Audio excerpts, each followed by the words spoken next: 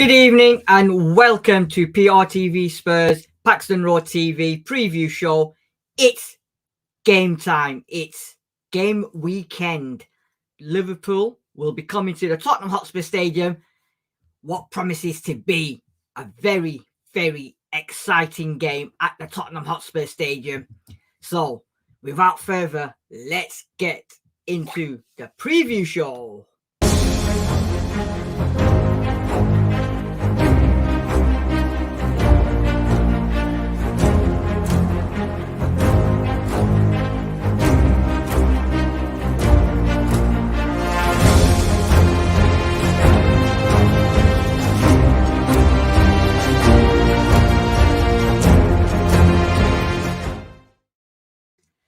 Welcome back. Joining me to do the preview this weekend, what promises to be the battle of the two. Well, there's a couple of unbeaten teams, but Liverpool and Spurs going head to head, locking horns at the Tottenham Hotspur Stadium. And joining me to do the preview is the one and only Sam Spurs for Life and the young maestro himself, Darius 3K. Good evening, gentlemen. How are we this evening? Good. Thank you. Good. I'm feeling good. I'm feeling happy. That's what I like. Had a couple of drinks and that, so feeling all right. One going on the go. It might look like it's in a cup, but don't worry about it. It's got the alcohol in there. It's nice. That's good. And as long as the young man underneath us is more positive this week, yeah, because last week. Oh yeah. Different vibes. Don't worry. Way different vibes this week. That's what I Way like. different vibes. Way different vibes. Like, that's what I'm loving it. No more pessimism ever for my boy Ange ever again. That'll be. That's good. That's what I like to hear. How's your week been, guys? And most importantly, how do you think everything's been going on at Spurs? We'll talk about the injuries. We'll talk about the teams. But in general, good week after the North London draw last week. I'm happy with it. Let Darius go first. Yeah, I mean, I've not much to say. I just think it's more interesting looking at how the rival fans have reacted as opposed to Spurs fans, because, you know, again, I spoke for myself last week. I did think we were going to lose, but I did always hold the point that we were going to perform well, and perform we did, and get a result we did. May have not been a win, but again, when you haven't won at the Emirates in 13 years, you take a draw. And also to perform, you know, in the second half and, you know, for the last 15 minutes of the first half, pretty much better than them at their own ground. And there's loads of positives to take. So, yeah, it's just interesting to see sort of Arsenal fans, you know, sort of saying, oh, you're celebrating a draw, this and that. But they're the same fans that thought they were going to come here and beat us 4-1 or 5-1. So, yeah, I hold my hands up. I was pessimistic, but I still thought we were going to play well, and we did. So, yeah, I think this week will be easy to get a win, but I'm not saying that we are going to get a win. Let me say that. So, yeah. Fine. He's keeping his under wraps. He's keeping it all under wraps. We'll wait for the predictions. Absolutely. Sam, week in perspective? Yeah, it's been a good week. I've been meaning to really try and get to watch this match back. I haven't had a chance to do that yet. I am going to try to at some point before tomorrow, because I'm just going to go to the game. But yeah, it's been a good week, positive week. The biggest thing is to try and make sure that we don't have any injuries. Obviously, with the Brennan Johnson thing that's been mentioned today, we have got slight concern of him obviously not being in the squad. But apart from that, we should be going into this game with confidence. And like I said, I'm confident now. Because we've watched Spurs play all season. I don't think a lot of rival fans, maybe some of them may have watched a few more games, but not all of them have watched us completely. They've seen the highlights on Match of the Day and they think, oh yeah, there's this and that. But when you watch completely a game of Spurs, when we've done it, you can see the football, you can see the progression. So I'm looking forward to tomorrow with great desire.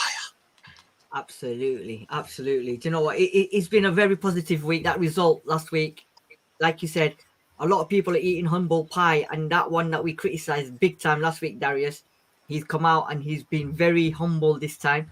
And he's is that Darren? That guy Darren? No, not that guy Darren. Merce. Merce, yeah. He's apparently, he's saying that, you know what, I underestimated Spurs last week and blah, blah, blah. And I think he's even put us down for a win tomorrow. So, you know what? That's funny.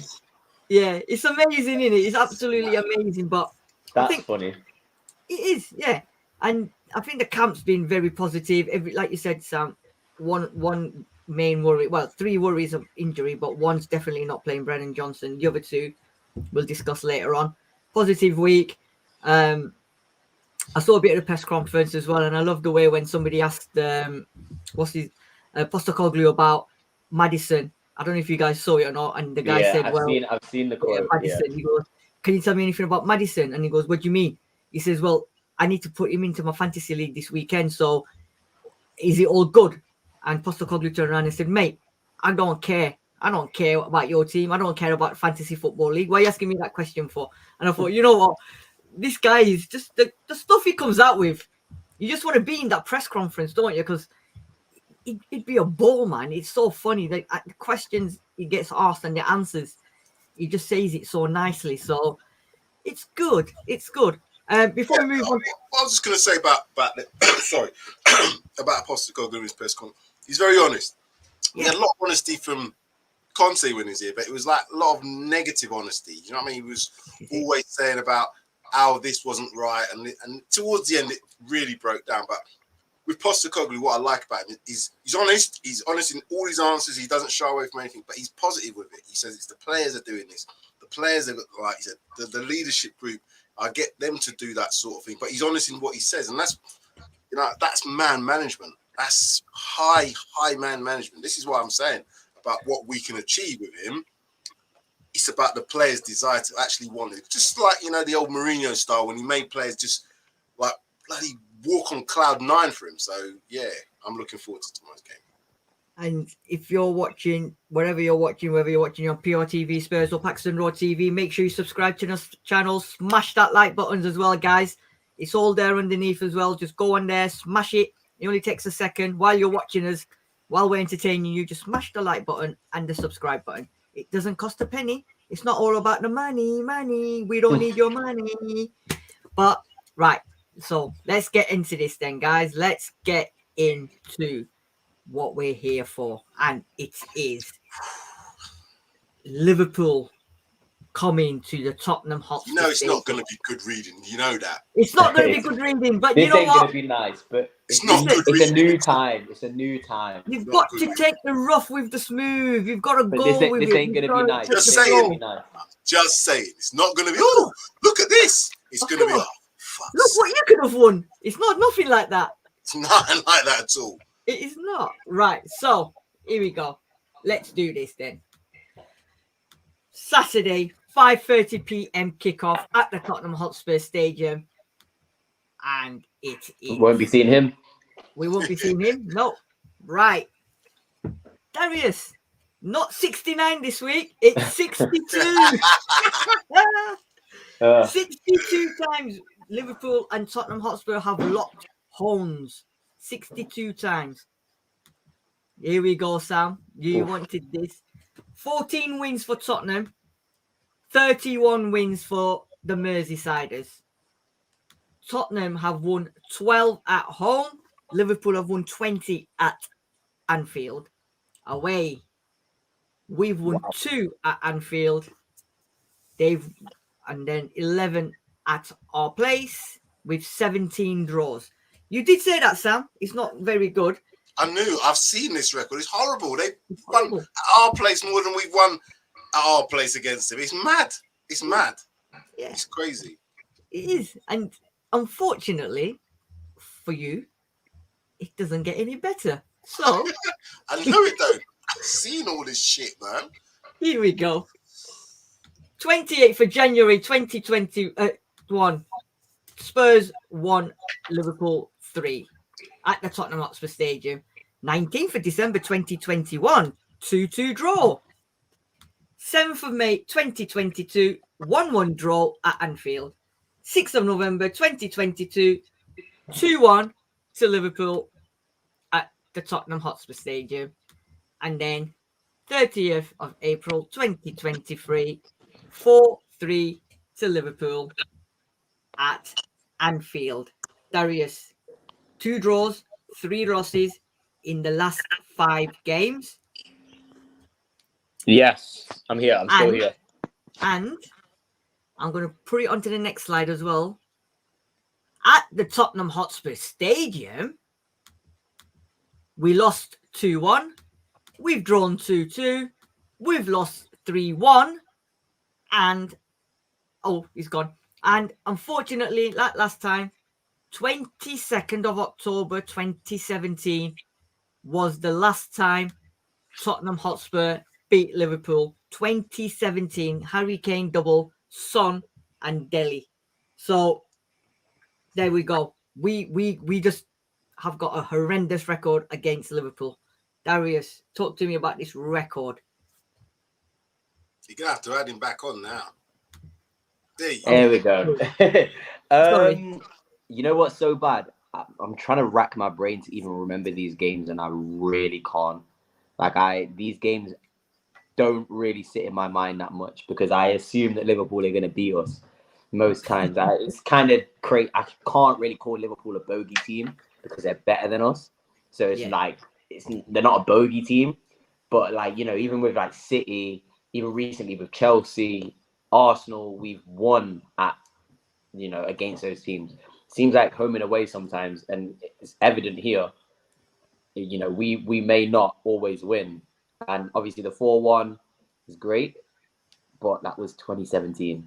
So it's been a long time. It's been a long time, and that was probably the best I've ever seen Spurs play in my whole existence of living in 2017. So that's a peak. That's a peak Spurs beating Liverpool, who were, at that time in their maybe just a couple years before their heyday, but still in 2017 they were a big threat. So yeah, it's gonna be interesting.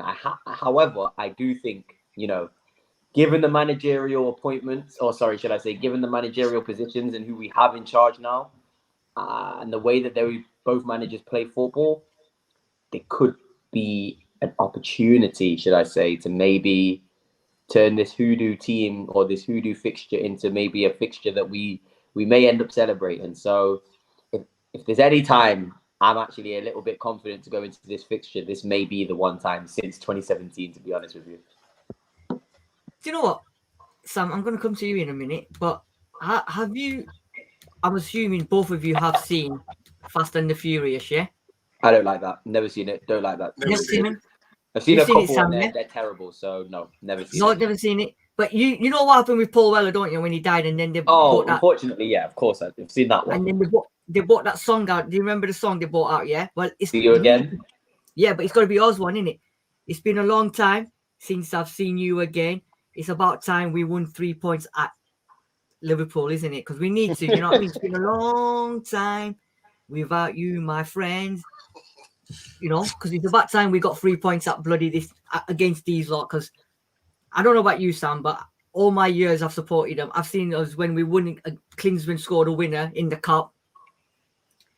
But getting 3 points against these lot, man, it's like making sense out of an Arsenal fan, isn't it?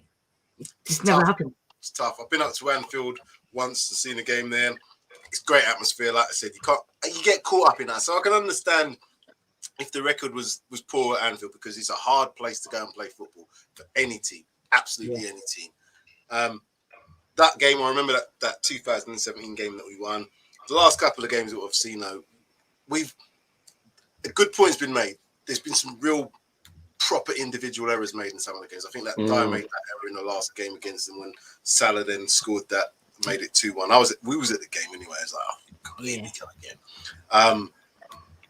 The good thing is, I think, touch wood, that those sort of players are not in the team to be able to make those mistakes. What I hope that we can do is keep on with the confidence that we've been playing with all season. In the 6 games that we played, we've been the better football team. I don't think there's any game that I can think of where we've not. Yeah, we've had spells when we've not been the better team, but over the course of the 90 minutes, 100 minutes, whatever you want to say, I think we've been the better footballing team in all 6 games that we've played. I can agree.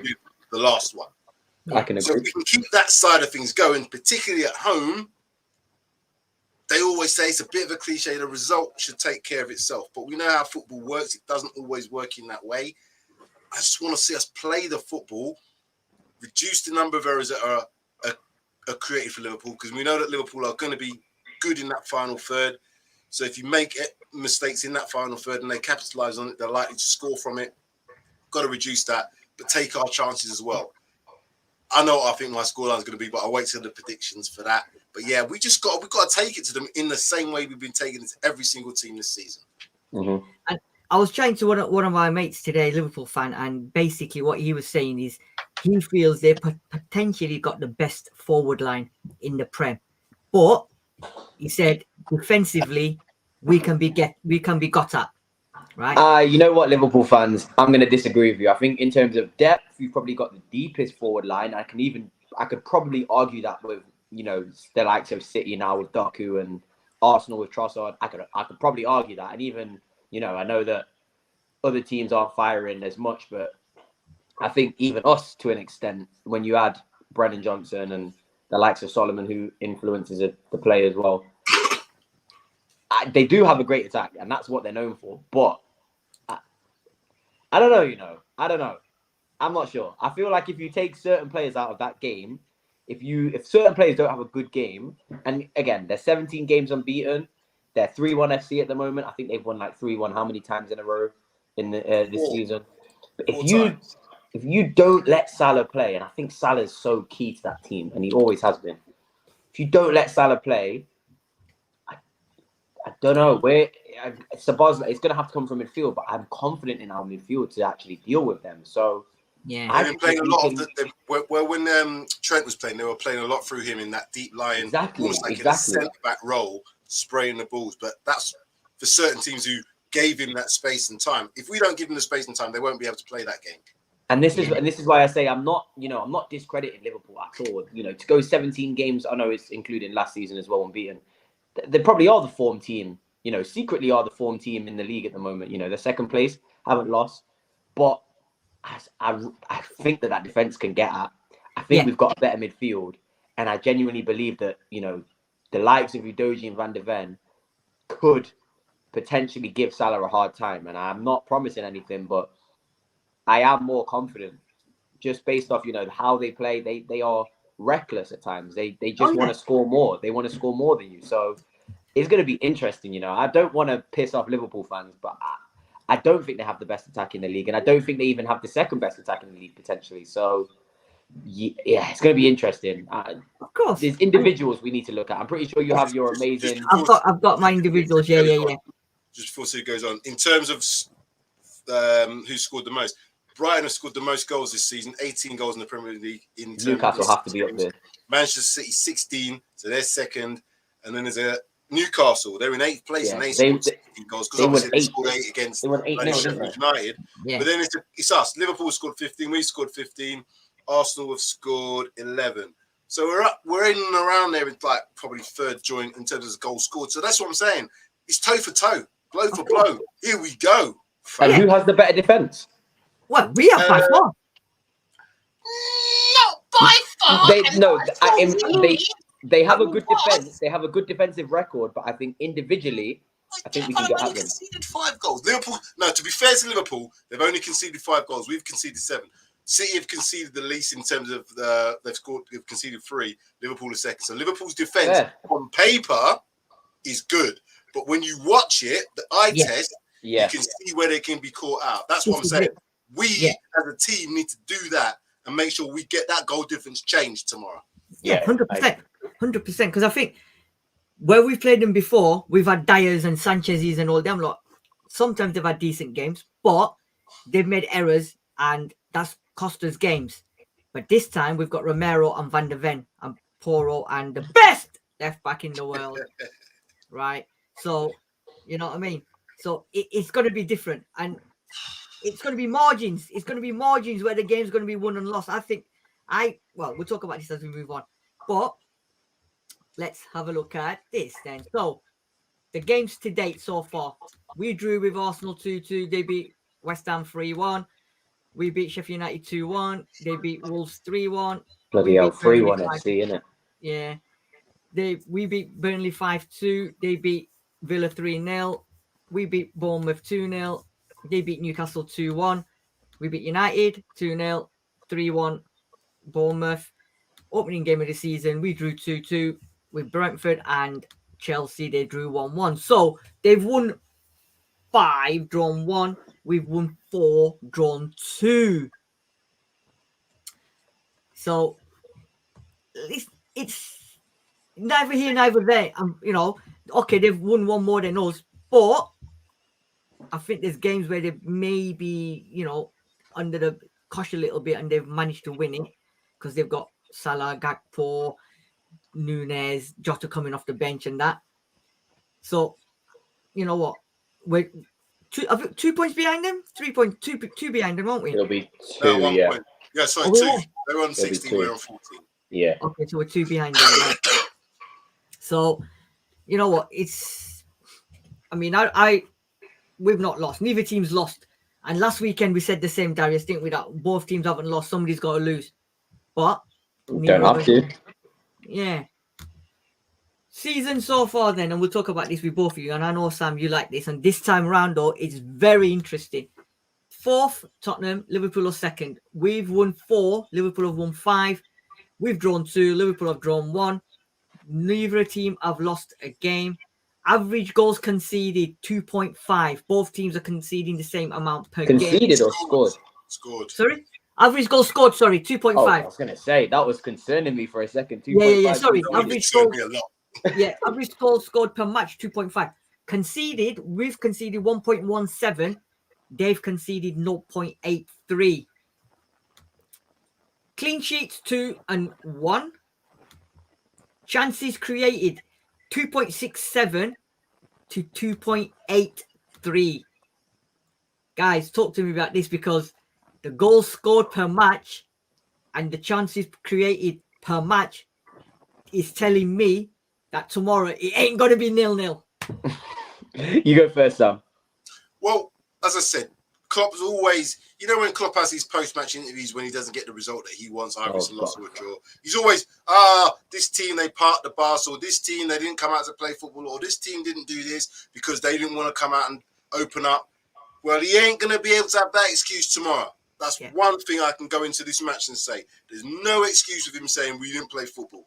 It is going to be about who can control certain aspects of this game. Like I said, if you can control that midfield in certain ways with the players that we've got, I think we can then create them chances. The same goes for Liverpool. How they're going to create their chances, is it going to be from a deeper position or is it going to be through their midfield? SUBSRCRIBE, McAllister, who else is in that midfield for them? I don't know. It'd be Endo or maybe Curtis Jones. It's Endo, kind of changed up.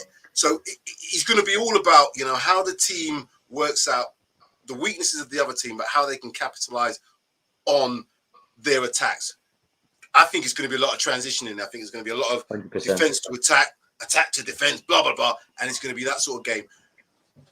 I do think there's going to be times when we will take control. But again, I always go back to it. That first goal is so important. So important because we score the first goal. The home fans will be up for it. Everybody will be like, yeah, depending on when you score. But then it changes Liverpool because then they have to be a little bit more attacking because they don't want to lose this game. They have to come out. And as I said, Liverpool, I think at this moment in time, there are some suspect areas in their defence, although the stats don't show that. And that's what we've got to capitalise on. So we get the first goal. I think we can go on and, I'm not going to say comfortable win because my prediction will say that, but I think we can go on and win this game. Darius? Yeah, I think I pretty much agree with everything Sam said. It's interesting.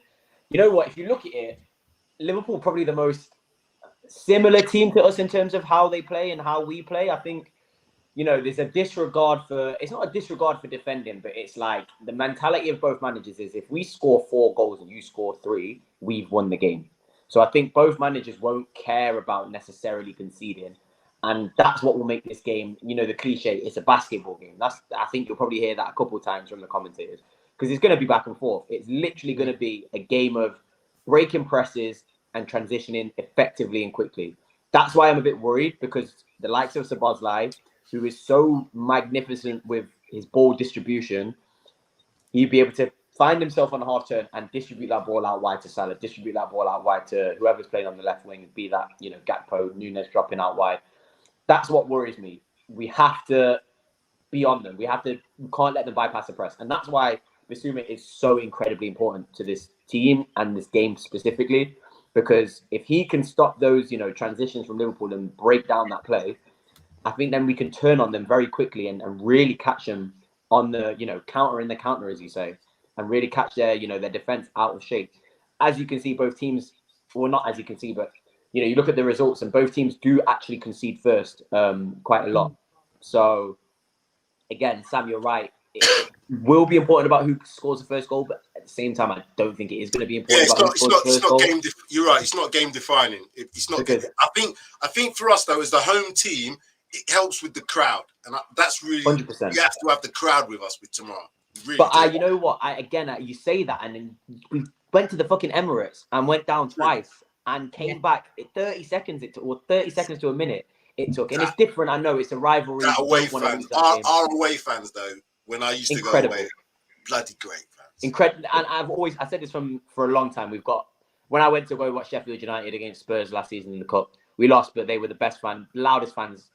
I think they're amazing. Again, beside the point, you are right in what you're saying. It will help, obviously, to score first in any situation. But again, I don't think it's that important. And, just to wrap up, just looking at, the stats that you put, I think, just kind of taking as many crazy, like you said, the chances created, the goals scored. I think we just have to outscore them this game. I will not be mad at the defense if, we concede 3 goals this game, because Liverpool have got a magnificent attack. They have got a magnificent attack, and they've now got midfielders who can provide good balls, so that transitional play is a lot more precise and a lot more sharp. So, you know what? It's going to be interesting. You know what I think this game is going to boil down to? I think it's going to boil down to individual brilliance. Because like you said, 100%.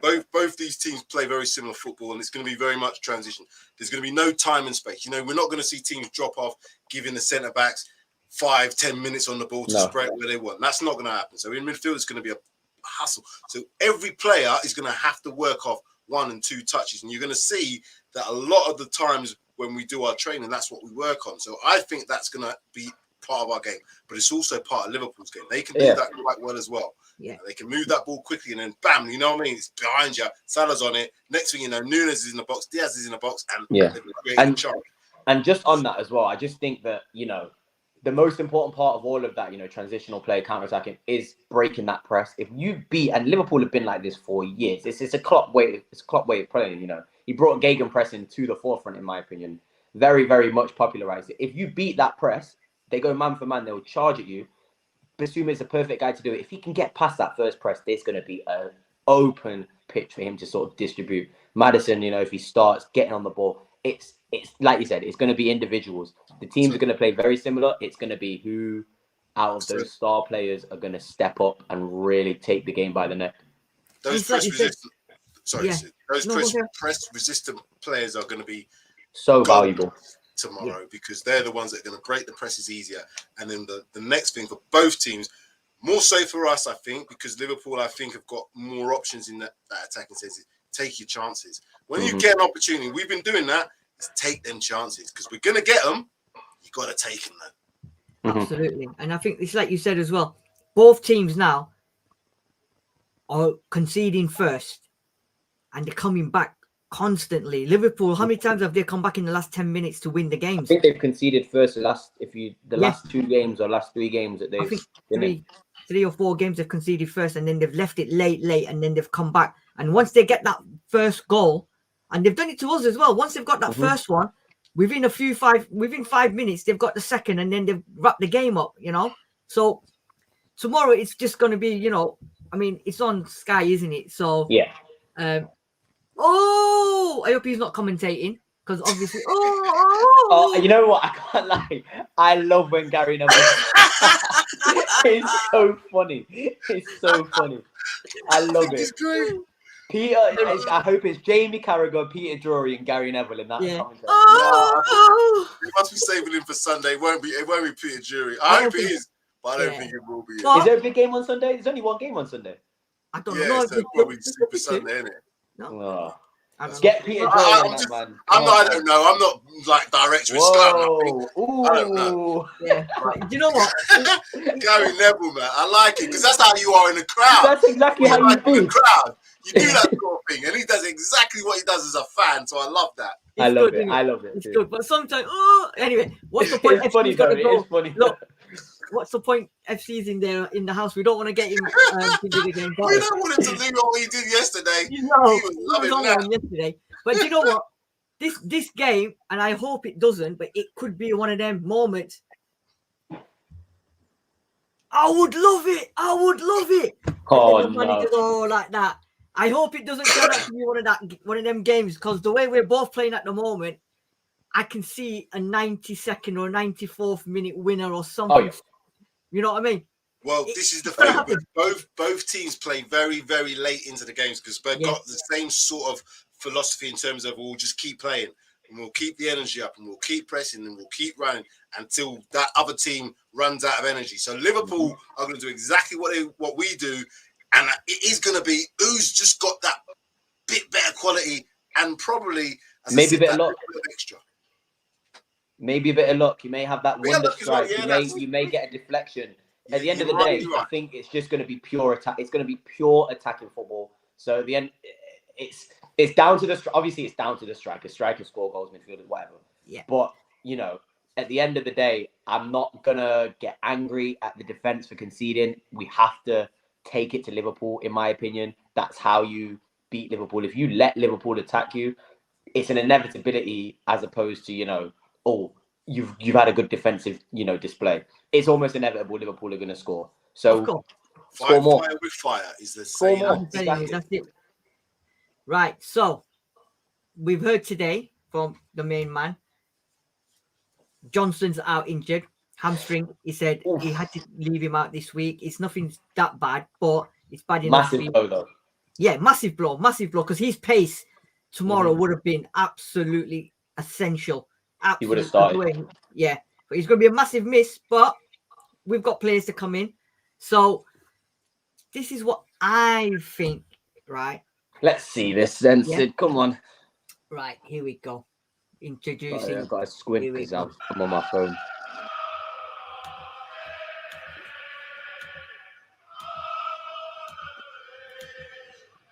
I think we can all predict that back five now.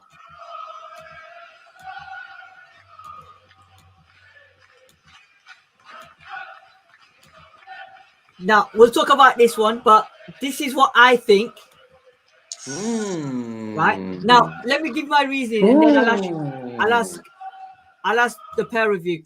So I think, right, tomorrow, if we bring in Richarlison, can do a job on the left, and then we can swap in with Son if need be to bustle Van Dijk and Matip, whoever's going to be playing in that middle. So I think them two can swap around.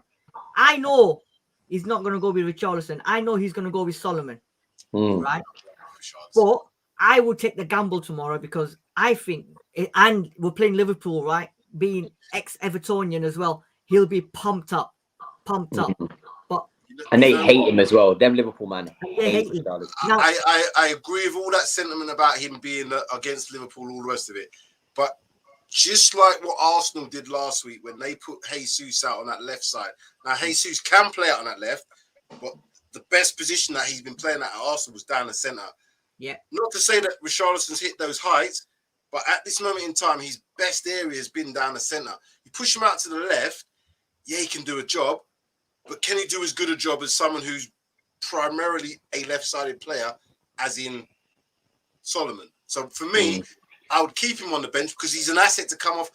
20 minutes left in the game, 25 minutes, when we're playing like 95, 100 minutes, he can then come on and give them Liverpool players a bit more grief. If you start him, I just don't think you're going to have as much intensity if you can bring him up. That's in my opinion. Like I said, I don't think he's a real left-sided player anyway.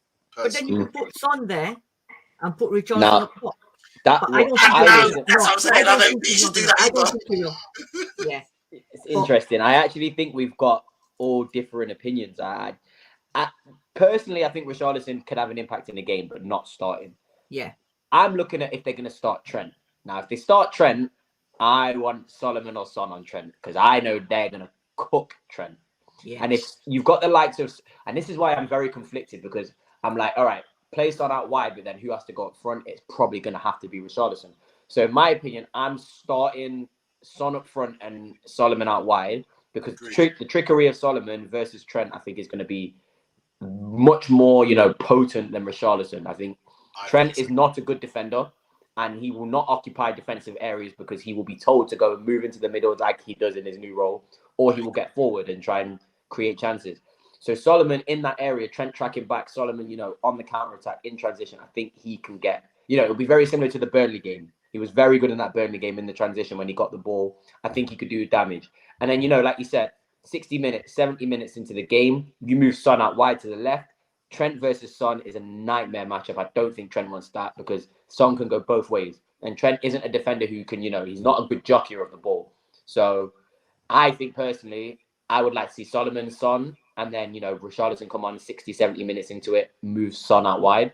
He seems to bring off Son a lot. I think Son's playing up with a slight injury. Yes. The Son and Maddison seem to be coming off like guaranteed 70 minutes into games. Yes. So I think they're playing. I don't think they're playing 100%. They might not have significant injuries, but I don't think they're playing 100%. So I would love to see Son play 90 this game, but it seems even in the North London derby, I know they had little niggles and obviously Maddison's knee and stuff, but I don't know. It seems like Son's playing with something because he seems to come off quite a lot. But yeah, I think I would do everything you said apart from I think I would do Son and Solomon and then swap, Richarlison 60 minutes in.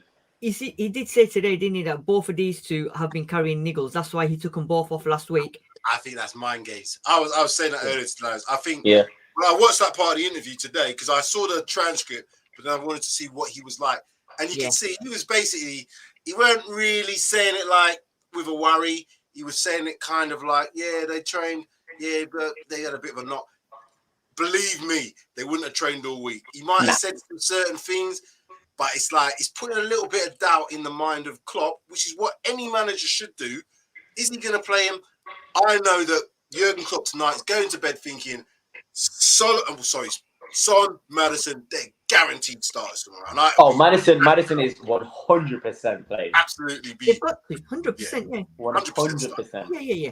And I've got a mad theory, yeah. Hear me out on it, yeah. But I don't know. I'm just playing, right? So, you know how this guy is playing really well, and you know how we keep saying Pedro Porro can play as a winger, or he was playing as a winger when he was playing at his previous club. Now, how about this one, right? It's never going to happen.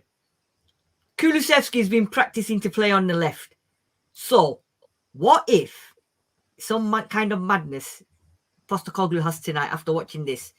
He puts Kulusevski on the left, yeah, Son up top, Pedro Porro on the right, and Emerson Royal as a right back.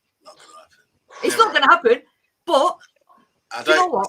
Sid, I know you don't drink, but you must have been on the Rays as well, fam. You must have been on Ray and Nephew, fam. What are you doing? It's not a bad shout though, you know. I've actually been on the Ray and Nephew. How many times have you seen Porro in that position? And I know, right? Okay. What I'll say to this is, you don't want to start tinkering in the game against Liverpool. No. That back five has been playing fabulous.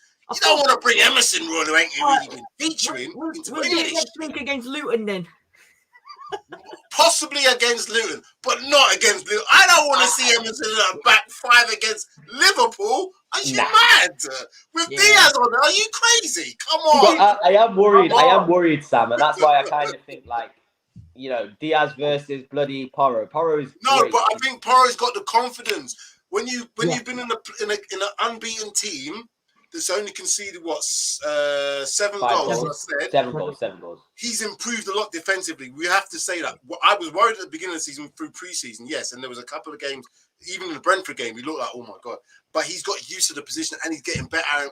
His ability to find passes. Amazing. When we got him on the pitch against bloody Royal, nah, man. Get off the Ray and Nephew, Sid, fam. Okay, right. So the questions were asked today as well about this guy and this guy, right? Basically about the yellow cards, and I think they said to him, "Are you worried that he's already got picked up 3 yellow cards?" And the answer was, if he was doing stupid things, reckless challenges, or kicking the ball away, or dissent, or whatever, then maybe I might be having words with him. but he's a midfielder.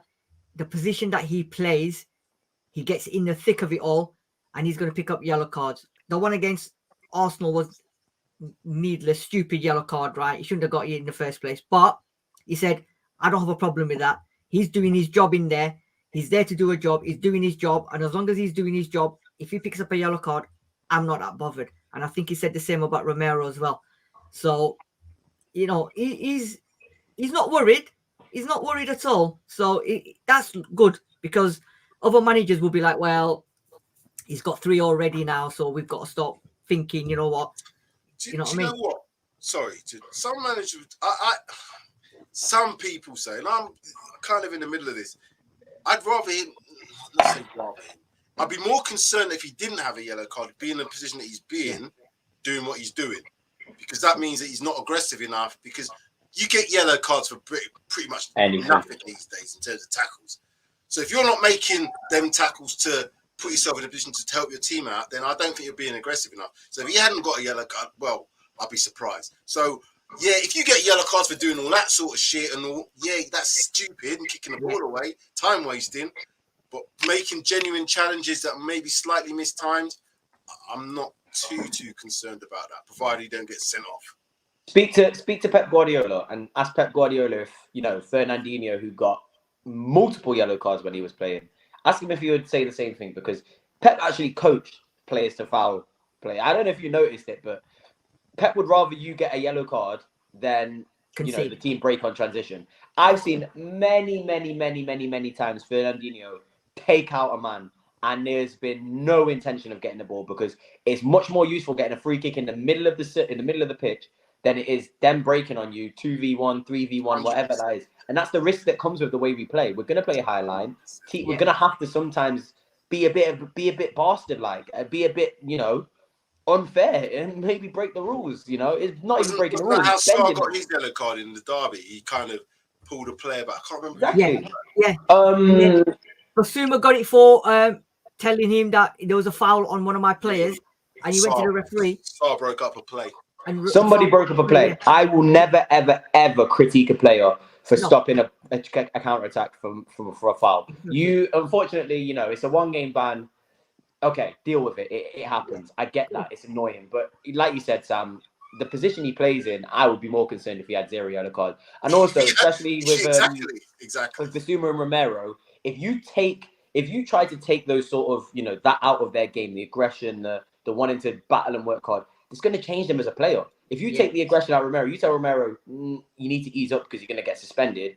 He's going to play within himself. He needs that aggression, because now he's got a partner who can sort of be that the yin to his yang in a way. And Basuma as well. You can't tell Basuma to change anything. He's, in my opinion, best defensive midfielder in the world at the moment, and I will say that with chest.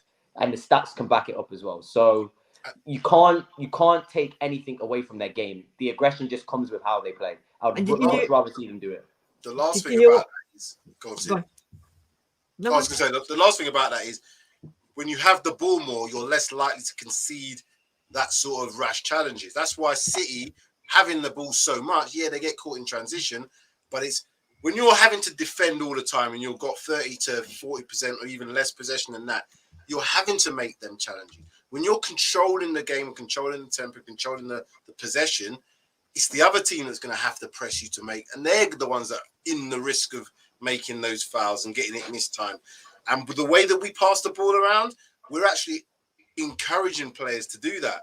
If you watch in the Arsenal game, there was a point where second half, I think it was Jesus was chasing it, and Odegaard was chasing it, and we played it to Van der Ven, played it back to then Basuma came into that midfield area, in the triangle area, ball straight to him, and that's when we can start breaking on. Mm-hmm. That's how we got to play. So we take chances with it, and on the opposite side, if it goes wrong, then you have to be able to be good in 1v1 areas to be able to defend it. And if you have to make a foul and get a yellow card, to make it, so be it, fam. I don't care.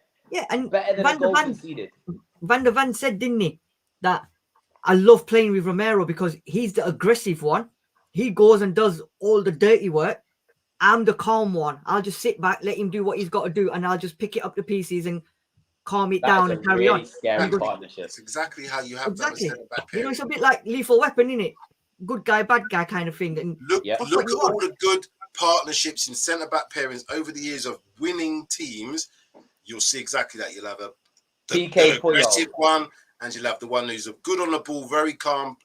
It's throughout history. Watch. Yeah. Right. So we've discussed. Unless you're Real Madrid and you've got Pepe and Sergio Ramos. Yeah, unless you're that super. Then you kill them both. Right. So we've discussed previously. We've discussed what's going to happen in terms of the team news and that. These are the players now. This is what I think is going to influence the game tomorrow. And I think these key players for me, it's going to be our goalkeeper tomorrow because he's had after that first game, he's been in such good vein of form.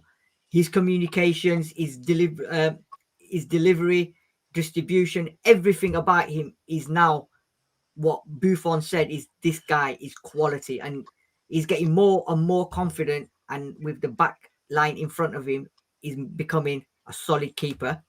For them, the boss lie, the midfielders, Darius, we've already picked up on this. I mean, he scored a belter the other day as well in the Carabao Cup. He's going to be... You're not seeing it? Oh, top bins, top draw, man. I'm telling you.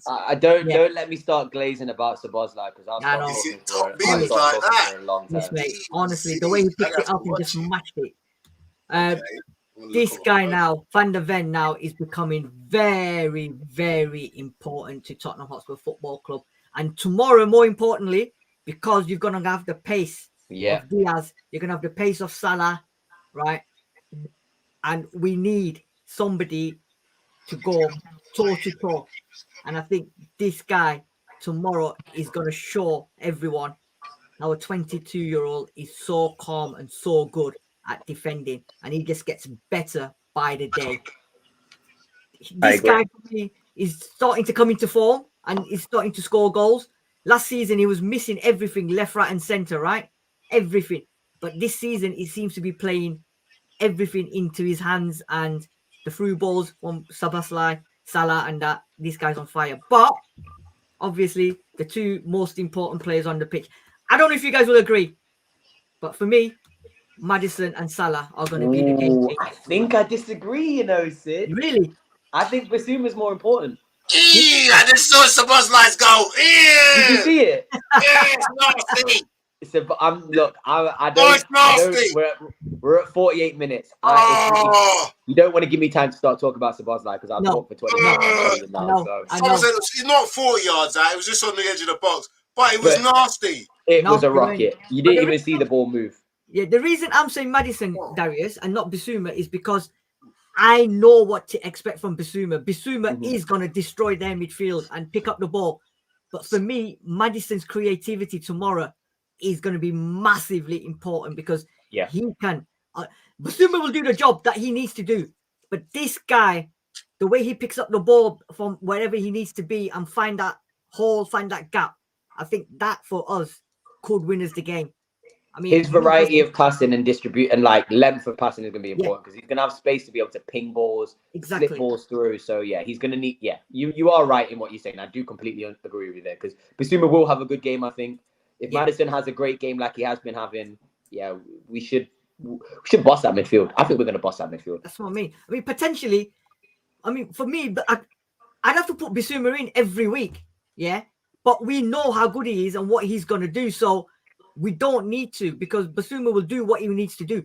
He's not going to win us the game. Whereas Maddison potentially can win us the game either by scoring or creating for Son, Kulusevski, Richarlison, whoever's there.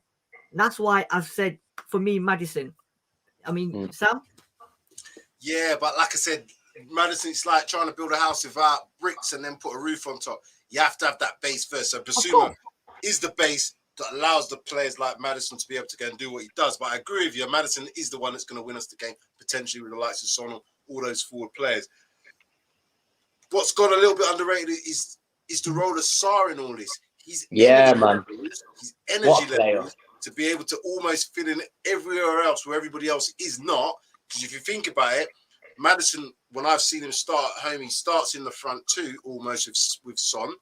But then he can go anywhere he likes to pick up the ball. If you've got a player who's almost playing in a free role in the midfield area, you have to have other players around him that's going to be able to fill them spaces. Now, Basuma being almost in that 6th position means that your other 8, he's got to do everything else. And he does What that. a player. And goes unnoticed. What a player. Yeah. There you go. 20 years old. 20 there you years go. old. That's my team. That's my match winners. Every single one of them then. Forget it. I've changed my mind. There you go. Another one. I'm sorry. You know what? God. Oh, Szoboszlai is such a baller. That was a bloody cracking goal he scored. Cracking goal. We can't give him any, like, I'm telling you now, Basuma's going to have to stick to him like glue. As soon as he gets within 30 yards of that goal, he's going to have to stick to him like glue. He's a very, very good player, but we are at home. We've got 3 players in midfield that are all dangerous as well. They're going to be thinking about Maddison. You know what I mean? They're going to be thinking about him. They're also going to be thinking about Basuma in terms of his press position and being able to take out 2 players. I've seen him almost take out 3 players with turns. Do you know what I mean? That sort of thing is invaluable when a team is pressing you so high and you can get that space, because the next time it's a forward pass and hopefully you're in behind. That's what I'm looking for tomorrow. Do you know what? Do you know what? I've just had this reminiscing memory now. Can you imagine tomorrow, 5 minutes to go? Sam, you might remember this more than Darius, and I'm sure Sean will remember it. 5 minutes to go or something. And then the midfielder picks the ball up and pings it from 30 yards into the back of the net against Liverpool. Do you remember Victor Wanyama when he done it? Oh my gosh. How can I forget that? Bloody hell. Can you imagine? And you know what? I'm just now seeing thoughts of Basuma picking that ball up with about 5 minutes to go and doing exactly the same. Just imagine if that happened, man. Wow. I really hope that midfielders have been practicing strikes from distance, because the lower block teams, that's what you need to do. Maybe not so much against Liverpool, you're going to have to do that. But even so, I still want us to be taking more shots from distance, particularly from Basuma, particularly from Sarr, because they will get that ability to, drop a shoulder, beat one player. Next thing, push it out your feet, strike on goal. Odegaard does that for Arsenal, but he doesn't do it against big teams.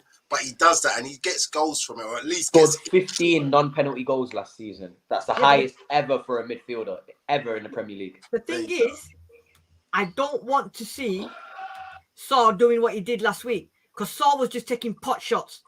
Yeah. But Sarr's got a very good shot on him, and if you actually look at his time at Metz, where he was sort of allowed to take a lot more shots, he scored some bangers. He did score some bangers from the highlights I've seen. Okay. So it's whether, and again, I agree with you, Sid. Like, if you've got the likes of Son, who is a much more clinical striker. Yeah. I know you're not the main guy in the team, but I find it hard to get angry at a player for just. I'd rather him shoot. I'll be honest with you, than play the ball back and dilly-dally with the ball. I'd rather take a shot. And I think he's got the confidence to do that now, isn't he? He's doing that. He's 20 years old. Let him. Yeah, he's doing. At the end of the day, we're creating so many chances. You put it in your stats: 2.63 chances created a game. We did have the most shots in the league before the Arsenal game. Probably changed now, but we've got enough creativity and we make enough chances for me to actually say, you know what, if we have to sacrifice a few long range shots, if it goes in, we'll be screaming and we'll be like, he's the greatest player or whatever. Yeah. If he misses, oh well, we're going to probably create 5 more chances in that game. So they might be coached not to shoot. They might be coached to try and find that through goal. I don't know. It just seems a shame that they get them opportunities and they don't take them. That's just the thing I would say about it. Yeah. Right. So let's have a quick couple of comments and then we'll go to the prediction. We can't afford to make the same mistakes like we did against Arsenal by turning over possession. We'd be punished. Liverpool or ruthless. This is what I said after last week's game. If we allow them the possession and we don't turn them over quickly, Liverpool are one of the teams that can come back and be ruthless and take them chances. That's why, like we both said, and you said it as well, both of you, we've got to be ruthless. We cannot allow them that opportunity to get bypasses to create chances, because these lot, you can't give them 2 chances because they'll take them. Jesus' chance like last week, if that's Liverpool, that's going in the back of the net, guaranteed, right? And if we do that, I think we could concede quite easily. I agree. IB Edits is saying, hi, good evening. Good Beats is saying, Basuma is the key. Against Arsenal in the first half, he was poor, but he drives like he can against Liverpool. Is going to be bossed at midfield. Sean, our very own Sean, is saying tactical fouls is an art. Think Eric Lamella. True. Darius praising Klopp too much, going to hit the dislike button. You know what, Juice? I genuinely, I was going to say, Sam made a point about, Klopp always has excuses when he doesn't get a game going his way. He will always say like, oh, well, the team played a low block. Well, it's annoying to see a team not attack. What the hell are you expecting the team to do when you're a rock and roll football team? Do you want them to just say, you know what, Klopp, here you go, have 30 yards of space for your players to run into? They're expected to play like that against you. So I'll be honest, Jude, I'm sorry for being so positive. They are playing very well, so I have to give him the credit. But I actually don't like Klopp at all. I used to like him. When he was at Dortmund, I thought of him so highly. And every single year he's been at Liverpool, I don't like him. Don't like him anymore. Especially with what happened. Remember last year when he got all in the fourth official's face and bust his hamstring against us. Yeah. You don't have to like losing. You don't have to like losing, but he's a bad loser. He's a bad loser. The grass was too long. The wind was this. The referee did that. VAR did this. Everything. He always has an excuse. He's a bad loser. He's got no excuse. But I'm going to see what he says tomorrow. That's all I want to see. The train strike. Just like if our first team is healthy, as our depth is not that great, we can turn Liverpool over. This is it, you see, and both teams like to play till 90 minutes plus, so it's going to be a very, very interesting game. Kevin Gonzalez is saying here, we have to score in the first 20 minutes. I don't necessarily agree with that. I think we can now score whenever we want, I think, because we've now got the players to do it. Agree, guys? I agree. You know what? I don't know. To be honest, because I think it's going to be such an open game, it might not matter who scores first. Yeah. It does matter when you score, though. Because like I said, if this game is like, deep into the second half and it's 0-0, if it's going to be, and then they score late on in the game, I don't want to be behind them too late. I want to get the first goal. At least you've got something to hold on to. And even if they score, it's a draw. That's what I'm saying. The first goal is so important for that. Yeah. At least when you're chasing a win. Yeah. Hope Klopp is happy tomorrow the way we play, because last season he was mourning about Conte ball. Well, he's gonna mourn about Ange ball then, isn't he? Because he's gonna be too good for him tomorrow. He's gonna love it. And the thing is, if he wins, he'll love it. And if he wins, he'll credit Tottenham. He'll be like, "Oh, Tottenham are fantastic team." Yeah, exactly. Because they'll play the way we want to play. But I hope we beat him. I really hope we beat him. And Sean Hurl, our very own, and says, "Don't stop at one goal. Go for the second. Put the foot on the net. Twist it and twist your foot as well." Right, guys. That moment in time where we predict the score, and everyone in the comment section, please put your scoreline in for tomorrow. Who's going to win? Is it going to be a draw? Oh, God. I'll start with you, Darius. What is your prediction for tomorrow? I'm sorry, Sam. I think me and you had a discussion earlier on about our score predictions. So, because I'm going first, it's going to look like you copied me, but I will give you credit. You did say this first. So, I am not going to go for a Spurs loss, guys. I hope you can all give me a round of applause in the comment section for that. I'm actually more confident this game than the Arsenal game, just because of the way we play, personnel on the pitch. I'm going to go 3-2 Tottenham.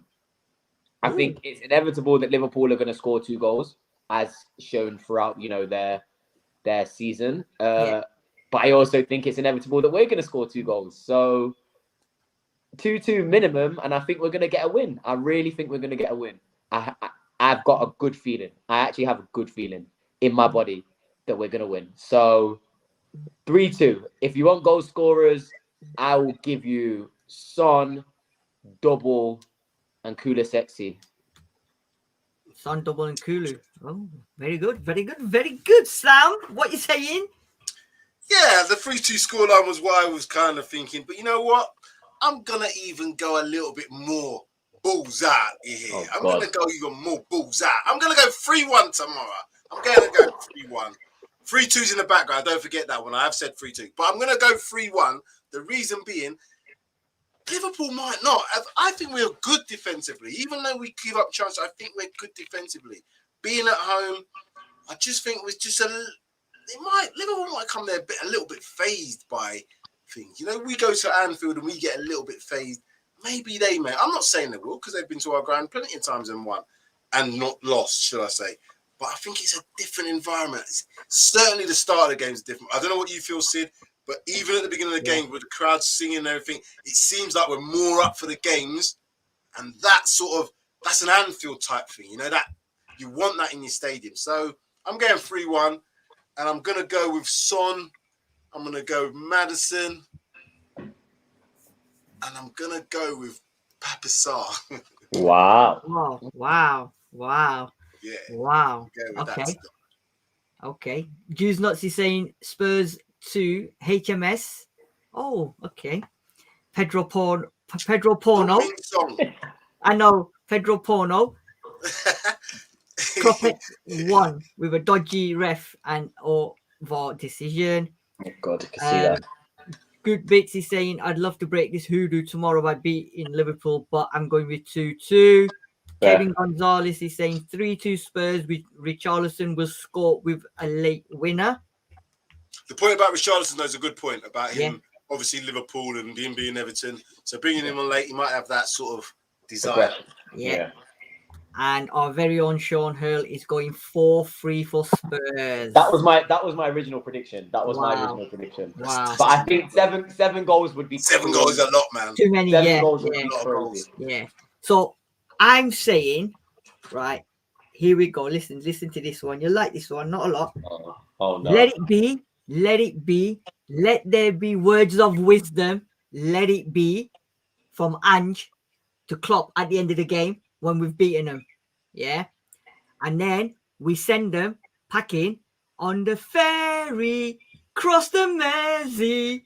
So I'm going with a score, Sid, man. What are you scoring? 2-1. I think 2-1. I tell you, he's been on raid. He's a secret raid, but you gotta watch him. I'm not a raid. Are you mad?